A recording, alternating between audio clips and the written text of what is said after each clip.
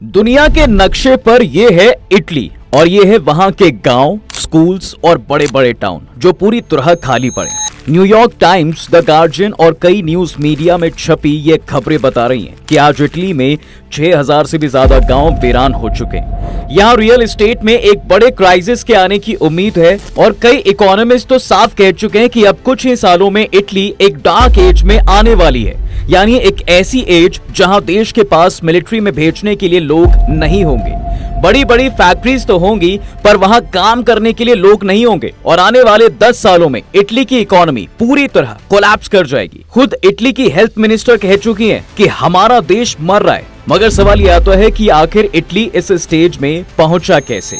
जिस देश की बागडोर खुद जॉर्जिया मेलोनी संभाल रही हैं, वहां ऐसा मातम कैसे देखने को मिल रहा है? और क्या अपने आर्ट, आर्किटेक्चर और कल्चर के लिए मशहूर इटली अब नक्शे से हमेशा के लिए गायब होने वाला है?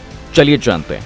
देखिए, इटली आर्किटेक्चर, कल्चर और एक बेमिसाल हिस्ट्री सजोए इस देश की कहानी जितनी सुनहरी रही है उतनी ही भयानक इसकी ट्रेजेडी है। एक वक्त पर जहां ये देश Leonardo da Vinci, Michael Anglo और क्रिस्टोफर कोलंबस जैसे मशहूर आर्टिस्ट को जन्म देने के लिए जाना गया, वहीं आज आलम यह है कि आर्टिस्ट की इस धरती पर लोग जन्म ही नहीं ले रहे हैं।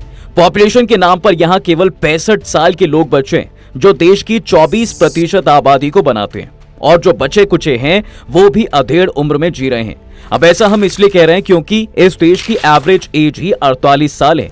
मतलब जहां भारत में एक बड़ी आबादी 28 साल की है, वहीं इटली में ठीक इसके उल्टे 48 साल के लोग पॉपुलेशन को बनाते हैं और यूथ पॉपुलेशन की परसेंटेज बाकियों के मुकाबले बहुत कम है। आप यकीन नहीं करेंगे, लेकिन एक वक्त ऐसा भी था जब इटली अपने बड़े परिवार के लिए जाना जाता था। यहाँ एक ही परिवार में 20 से 25 लोग होते थे और यहाँ तक कि आज से 100 साल पहले एक वक्त ऐसा भी था जब इटली का बर्थ रेट 5.2% था, लेकिन 1970s आते आते ये केवल 2% ही रह गया। ऐसे में क्या आपको नहीं लगता कि 50 साल में ऐसा कुछ तो हुआ होगा जो इटली इस हालत में आ गया? वेल, इस देश की आबादी गिरने और उसके इस हालत में पहुंचने की 3 बड़े कारण हैं और इन कारणों को समझने के लिए हमें उसकी हिस्ट्री समझनी जरूरी है। दरअसल पहले इटली वो देश था जहां एग्रीकल्चर होता था। यहाँ की एक बड़ी आबादी प्राइमरी सेक्टर में इन्वॉल्व थी, मतलब ज्यादातर लोग किसान थे और खेतीबाड़ी करने के लिए उन्हें ज्यादा से ज्यादा लोगों की जरूरत पड़ती थी। ऐसे में अपनी जरूरतों को पूरा करने के लिए वो ज्यादा बच्चे पैदा करते थे। उनका मानना था कि जितने ज्यादा बच्चे होंगे, कमाने वाले, काम करने वाले और खेतों में मदद करने वाला भी उतने ही ज्यादा होंगे। इसी तरह से एक लंबे समय तक अपना परिवार चलाते रहे। लेकिन फिर शुरू हुआ इंडस्ट्रियल रिवॉल्यूशन, जिसने तेजी से इटली में भी दस्तक दी। इस देश में इंडस्ट्रियलाइजेशन से हालांकि काफी डेवलपमेंट हुआ है, लेकिन इसका परिणाम यह हुआ कि अब 2 बच्चे मिलकर ही इतना पैसा कमा सकते थे जितना कि एक वक्त पर 5 मिलकर कमाते थे। इससे जाहिर है कि इतनी बड़ी लेबर फोर्स की लोगों को जरूरत महसूस होनी बंद हो गई। ऊपर से फिर जब वर्ल्ड वॉर 2 के बाद इटली ने दोबारा पटरी पर आना शुरू किया, अपने देश के डेवलपमेंट के लिए इसने सोशल वेलफेयर सिस्टम इंट्रोड्यूस करवाना शुरू किया। इस सिस्टम से हुआ ये कि बच्चे अब पेरेंट्स की नहीं बल्कि स्टेट की रिस्पॉन्सिबिलिटी बन गए। यानी अब तक जहां पेरेंट्स ही बच्चे की हेल्थ और एजुकेशन का ख्याल रखते थे, वहीं इटली की सरकार ने ही बच्चों के पैदा होने से लेकर उसकी एजुकेशन, हेल्थ और बेहतर भविष्य की जिम्मेदारी उठा ली। इसके तहत अब स्टेट ही बच्चों के लिए फंड करती थी। जाहिर था इन सब के बीच अब पेरेंट्स को ज्यादा बच्चे पैदा करने की ना तो जरूरत महसूस हुई और ना ही इसका कोई फायदा उन्हें मिलना था। इसका नतीजा ये था कि 1950s के बाद इटली में साल दर साल एक शिफ्ट देखने को मिला। धीरे धीरे लोग छोटा परिवार, सुखी परिवार की मेंटालिटी की तरफ शिफ्ट होने लगे। खुद रिपोर्ट्स और सर्वे में भी पाया गया कि इटली में बर्थ रेट तेजी से गिर रहा है और ये एक ऐसी चीज थी जो इटली ही नहीं बल्कि जापान से लेकर कई यूरोपियन देशों में भी देखने को मिल रही थी। कुछ देशों में हालांकि ये इंटरनेशनली हो रहा था, लेकिन 1980s वो वक्त था जब बड़े बड़े नेशन तक इस बात को समझ रहे थे कि कम से कम बच्चे पैदा करना कितना जरूरी है। ज्यादा पॉपुलेशन के साइड इफेक्ट्स और अर्थ रिसोर्सेज पर इसका बर्डन लोगों को समझ आ रहा था और इसी का नतीजा ये था कि दुनिया भर में कम बच्चे पैदा करने का ट्रेंड शुरू हो गया।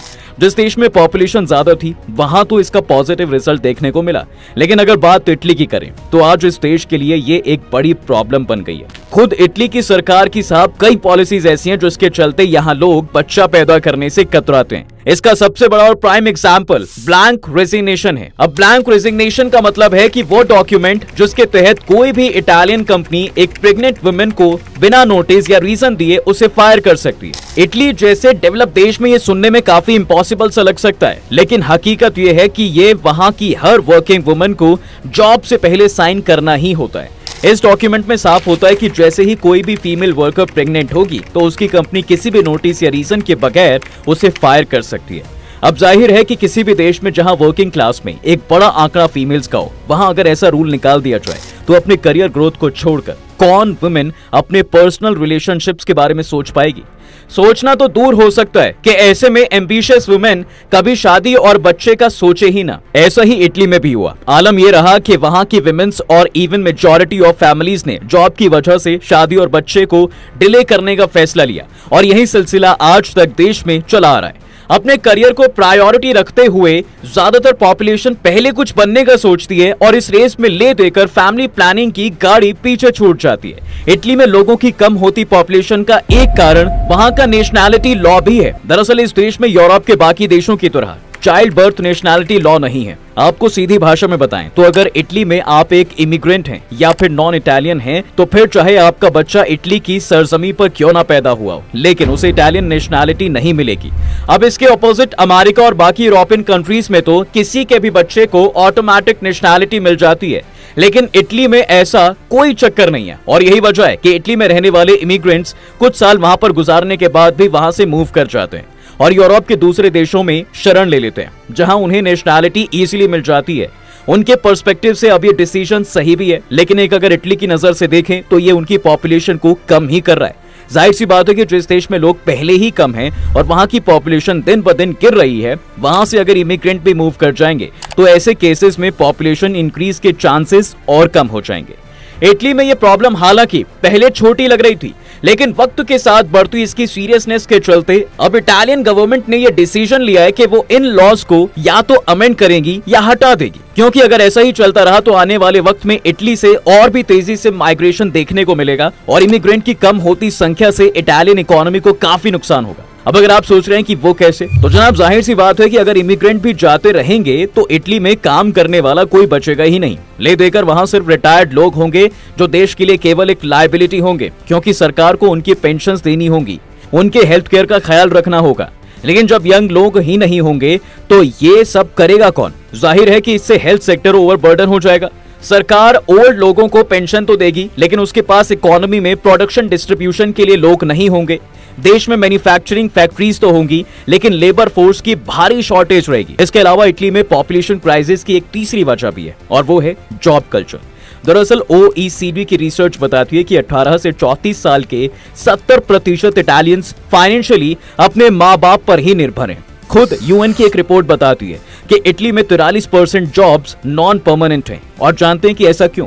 ऐसा इसलिए क्योंकि पिछले 10 सालों में इटली में 3 रिसेशंस आ चुके हैं और इसी के चलते इटली का डेट टू GDP रेशियो 145% तक बढ़ चुका है। यानी कि हर 1 रुपए की कमाई के बाद इटली को अपने एक्सपेंसेस कवर करने के लिए 145 रुपए का लोन लेना पड़ता है। और यही नहीं, इसके खुद इस देश के कई बिजनेसेस को भी नुकसान हुआ है। हम यहाँ बात डोमिनोज की ही कर रहे हैं, जो इटली में बैंकरप्सी को झेल रहा है। जी हाँ, आज इटली का हाल ये है कि जिस कंट्री ने सबसे पहले पिज्जा शुरू किया था, उसी कंट्री में डोमिनोज ने अपने सारे स्टोर्स बंद कर दिए, क्योंकि पिज्जा खाने के लिए ना तो उनके पास कस्टमर्स हैं और ना ही उनके स्टोर्स पर कोई आता है। और यही हाल इटली के बाकी ब्रांड्स और प्रोडक्ट्स का भी है। कुल मिलाकर ये कहा जा सकता है कि इटली में लोगों को फाइनेंशियली अपने पैरों पर खड़ा होने में टाइम लग जाता है और उसका नतीजा ये निकलता है कि लोग लेट से शादी और बच्चे प्लान करते हैं। आप यकीन नहीं करेंगे, लेकिन पहले इटली में शादी करने वाले लोगों की एवरेज एज 31 ईयर थी और अब ये एज 37 ईयर तक पहुंच चुकी है। इससे प्रॉब्लम अब ये हो रही है कि लेट शादी से ह्यूमन की बायोलॉजिकल क्लॉक बिगड़ जाती है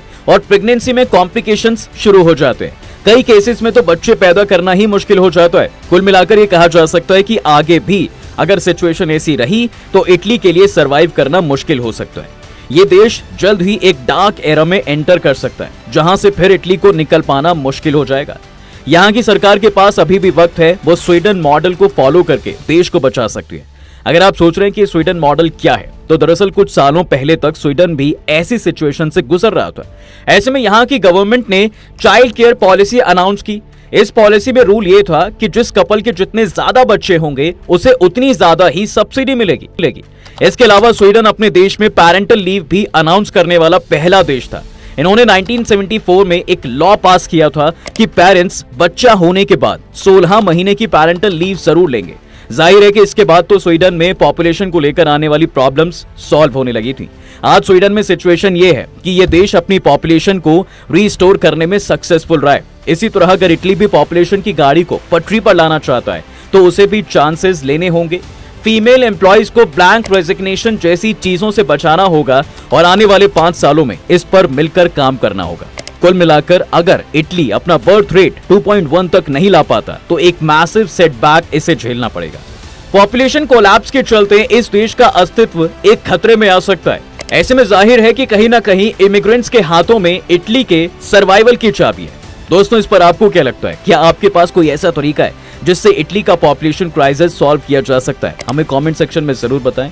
अगर ये वीडियो पसंद आया तो अपने दोस्तों के साथ शेयर कर दें और हाँ, वीडियो को लाइक करना बिल्कुल ना भूलें। और अगर आपने हमारे चैनल को अभी तक सब्सक्राइब नहीं किया है तो वो भी कर दें। साथ ही बेल आइकॉन प्रेस करना बिल्कुल ना भूलें ताकि हमारी वीडियो आप तक जल्द से जल्द पहुंच सके।